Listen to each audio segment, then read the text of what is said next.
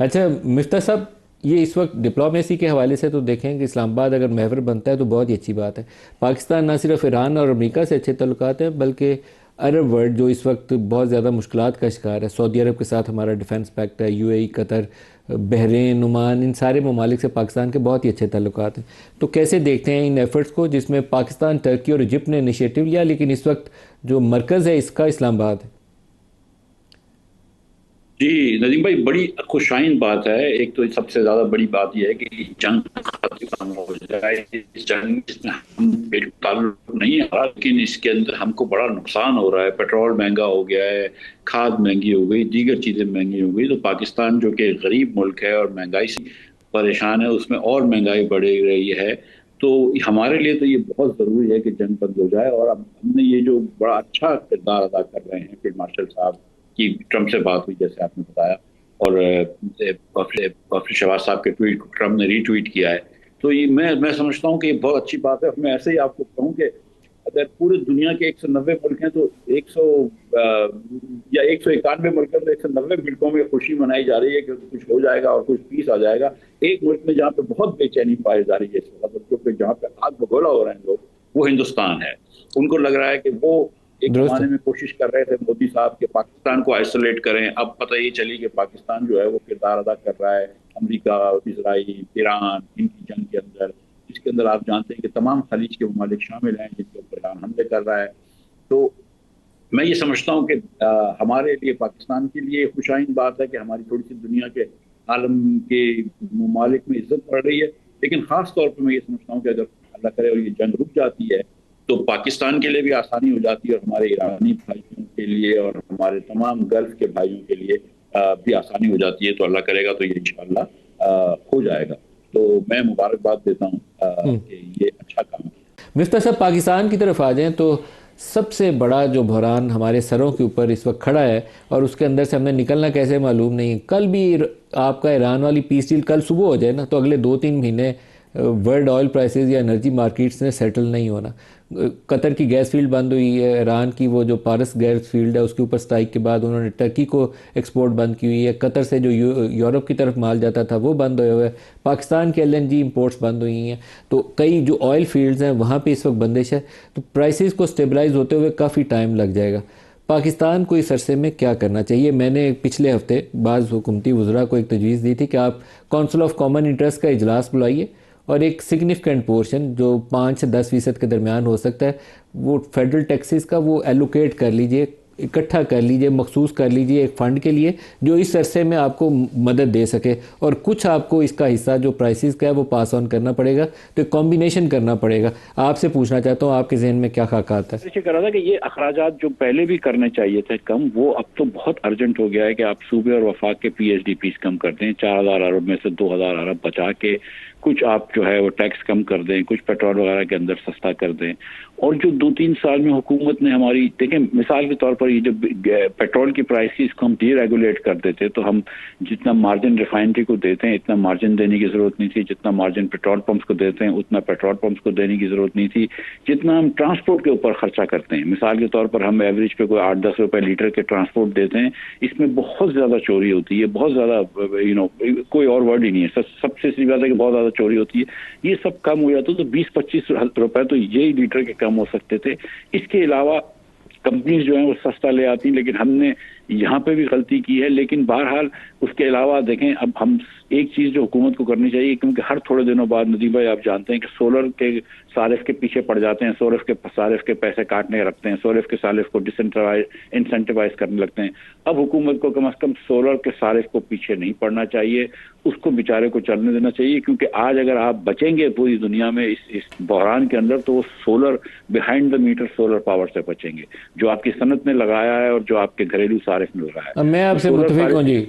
Net metering इन्हें revive करनी चाहिए। बहुत ही अहमकाना फैसला था जिसने भी किया था, वो उसको जितना भी बुरा लगता है मैं उसको दोबारा कहूँगा कि बहुत ही अहमकाना फैसला था। नेट मीटरिंग का पाकिस्तान को फ़ायदा यह है कि आपको ऑयल इंपोर्ट नहीं करना पड़ेगा बिजली पैदा करने के लिए, और खुदा न खास्ता अगर दुनिया में ऑयल महंगा हो जाता है या नहीं मिलता है, जैसे कि इस वक्त एलएनजी के ऊपर उन्होंने फोर्स मेजोर कर दिया है, अब आपको एलएनजी नहीं देंगे। पहले तो आपने एलएनजी इतनी महंगी करी थी कि एलएनजी बच रही थी आपके पास, लेकिन अब आप एलएनजी इतनी महंगी हो गई है तो अब आपको अल्लाह करेगा तो ये एलएनजी सही खुल जाएगी, लेकिन अगर खुदा न खास्ता अगर ये नवंबर तक नहीं खुली तो नवंबर में सर्दियों के अंदर लोगों के घरों में हीटिंग के लिए गैस नहीं होगी, ये बात तय है। सो द थिंग इज के मतलब ये हुकूमत ने कोई इस किस्म की ऐसी प्लानिंग नहीं करी है, लेकिन मैं ये समझता हूँ कि आज अगर हुकूमत पाकिस्तानी लोगों के ऊपर बोझ कम करना चाहती है तो अपने अखराजात कम करे। ये जो ऑप्टिक्स करे ना कि हमने स्कूलें बंद कर दी, मतलब इससे ज्यादा बेवकूफ़ी का फैसला नहीं हो सकता, क्योंकि ऑलरेडी नदीम भाई ये कुछ दिनों पहले आर्टिकल लिखा था सवेर हुसैन साहब ने न्यूज़ में,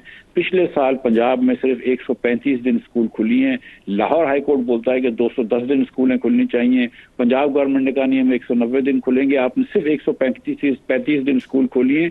ये अफगानिस्तान से भी कम स्कूलें खुली हैं और आप फिर हर वक्त आप स्कूल बंद कर देते हैं। कोई आपके पास स्टडी नहीं है कि स्कूल बंद करने से क्या पेट्रोल बचता है, कोई आपके पास स्टडी नहीं है कि कितने बच्चे तो पैदल चले जाते हैं गाँव के अंदर, या बाप साइकिल पे छोड़ देता है या मोटरसाइकिल पे छोड़ देता है, या बच्चे सुजुकियों में चले जाते हैं। आप हर वक्त स्कूलें बंद कर देते हैं। ये सब ऑप्टिक्स हैं, इससे कोई फायदा नहीं होता, बिजली नहीं बचती, सड़कों पे उतनी गाड़ियां चल रही हैं, सड़कों पे उतनी मोटरसाइकिलें चल रही हैं।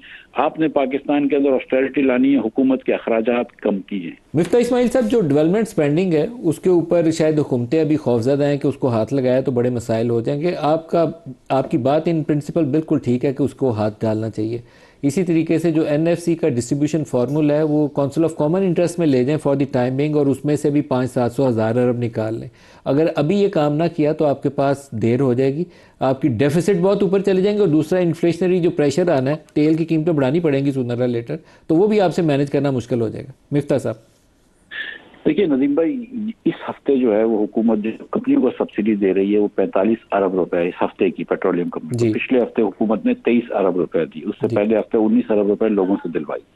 सो मतलब ये आप जो है ना, मतलब ये छोटी छोटी बातें करके कि वज़राओं की तनख्वाह 2 महीने के लिए कम करके, ये मतलब इससे पैसे नहीं बच सकते। इससे आपके 5-6 करोड़ रुपए बच जाएंगे। आपकी बात कर रहे हैं 45 अरब रुपया हफ्ते की, 4500 करोड़ रुपया हफ्ते की आपको कंपनीज को सब्सिडी दे रहे हैं। तो आपको थोड़ा सा बाहर निकल के सोचना पड़ेगा, आउट ऑफ द बॉक्स। जो मैं गुजारिश कर रहा हूँ कि पीएचडीपी काटने में इसलिए मुश्किल है ना कि सियासी तौर पर मुश्किल है, लेकिन आप ये सोचें कि आपने हर एमएनए को 25-25 करोड़ रुपए दिए के ऐलान किया कि हर एमएनए को 25-25 करोड़ रुपए, हुकूमत के एमएनए को देंगे 25-25 करोड़ रुपए। लेकिन जो मोटरसाइकिल पे एक आदमी जाता है जिससे आप 1 लाख रुपए की तनख्वाह पर टैक्स भी लेते हैं, वो अपने बच्चे का दूध खरीदने जाता है तो आप बोलते हैं तुम 18% टैक्स दो। वो पेट्रोल खरीदता है, आप बोलते हैं 125 रुपए टैक्स दो। तो उससे आप रोज का 125 रुपया पेट्रोल के ऊपर टैक्स लेते हैं। आप F6 और F7 में दुकानदार से ले सकते हैं, आप किसी 1000 एकड़ के अराजी वाले जमींदार से टैक्स नहीं ले सकते। आप अपने एमएनए को 25-25 करोड़ रुपया प्रोजेक्ट्स की स्कीमों के लिए दे रहे हैं। आप ना सूबों में काट सकते हैं पैसे, ना वफाक में काट सकते हैं, तो फिर आप कर क्या रहे हैं? मतलब अगर इस वक्त भी अगर आप मुश्किल फैसले नहीं करेंगे, मुश्किल फैसला ये नहीं होता कि जिसके कोई आवाज नहीं हो, कोई नौकरी पेशा लोग हों उनके ऊपर टैक्स बढ़ा दो। मुश्किल फैसला ये होता है कि हुकूमत अपने जेब काटे। मतलब आप जहाज खरीद के आ रहे हैं और उसके बाद बोलते हैं यार अच्छा हम 50% गाड़ियां में पेट्रोल कम देंगे या बंद कर देंगे। कैसे आप अकाउंटेबिलिटी करते हैं, कैसे आप अकाउंटिंग करेंगे इसकी? लेकिन मिफ्ता साहब, इस मौके के ऊपर एक और प्रेशर आना है, वो प्राइसेस ऊपर गई तो सेंट्रल बैंक आपका पॉलिसी रेट को छेड़ेगा, और आपकी इकोनॉमी तो पहले ही नहीं चल रही, 3% पे खड़ी हुई है, वो और नीचे आ जाएगी। तो सर थोड़े से अखराजात कम करेंगे तो टैक्स कम कर सकेंगे ना, तो इकोनॉमी चलेगी। तो थिंग इसके देखें, जब स्टेट बैंक इंटरेस्ट बढ़ाता है तो पूरे प्राइवेट सेक्टर को भी बोलता है कि तुम अपने अखराजात कम करो, लेकिन हुकूमत को भी बोलता है, हुकूमत उसको रिएक्ट ही नहीं करती है। तो fact of the matter is कि ये पूरी इकोनॉमी जब तक नहीं चलेगी, जब तक हुकूमत टैक्स का बर्डन नहीं कम करेगी, सुपर टैक्स नहीं हटाएगी। आप पाकिस्तान के अंदर दुनिया की महंगी तरीन बिजली बेचते हैं, महंगी तरीन गैस बेचते हैं, ज्यादा तरीन one of the highest tax लगाते हैं, फिर आप हैरत में होते हैं कि यार पाकिस्तान क्यों नहीं चल रहा, मईशत क्यों नहीं चल रही। मईशत इसकी वजह से नहीं चल रही कि आपने एक मुश्किल फैसला नहीं किया, आपने एक भी ऐसा फैसला नहीं किया कि जो कि बुनियादी तौर पर रिफॉर्म कर सके, इस्लाह ला सके इस मुल्क के अंदर। आप तो बस अपना वक्त गुजार रहे हैं। और मैं देखें नदीम भाई, मैंने आज सुबह भी ट्वीट किया है जब ये फील्ड मार्शल साहब की बात हुई है ट्रंप पे, हम पाकिस्तान के साथ खड़े हैं हर वक्त अल्हम्दुलिल्लाह, और हम चाहते हैं कि पाकिस्तान आगे बढ़े। लेकिन जब हुकूमत इस किस्म की हरकतें करती है तो आदमी क्या बोले? फाइनेंस मिनिस्ट्री आपको, हर मिनिस्ट्री को पैसे देती है साल के शुरू में बजट के। अगर आपने ऑस्टेरिटी करनी है, हर मिनिस्ट्री के पैसे अभी से काट दो। कि भाई आपको हमने 20 अरब रुपए दिए थे, अब हम 2 अरब रुपए आपके काट रहे हैं, 2 अरब वापस लेने, फिर वो उस पर पेट्रोल पे खर्च करे या नौकरी पे पेट्रोल बिजली के बिल पे खर्च करे या फैक्स मशीन पे खर्च करे, वो मिनिस्ट्री का मर्जा है। लेकिन जब तक आप काटेंगे नहीं तो मिनिस्ट्रियों को तो उतने ही पैसे मिल रहे हैं, तो ऑस्टेरिटी तो एक पैसे की नहीं हुई। मिनिस्ट्री कुछ दिन तक गाड़ियां बंद कर देगी, कुछ दिन खोल देगी।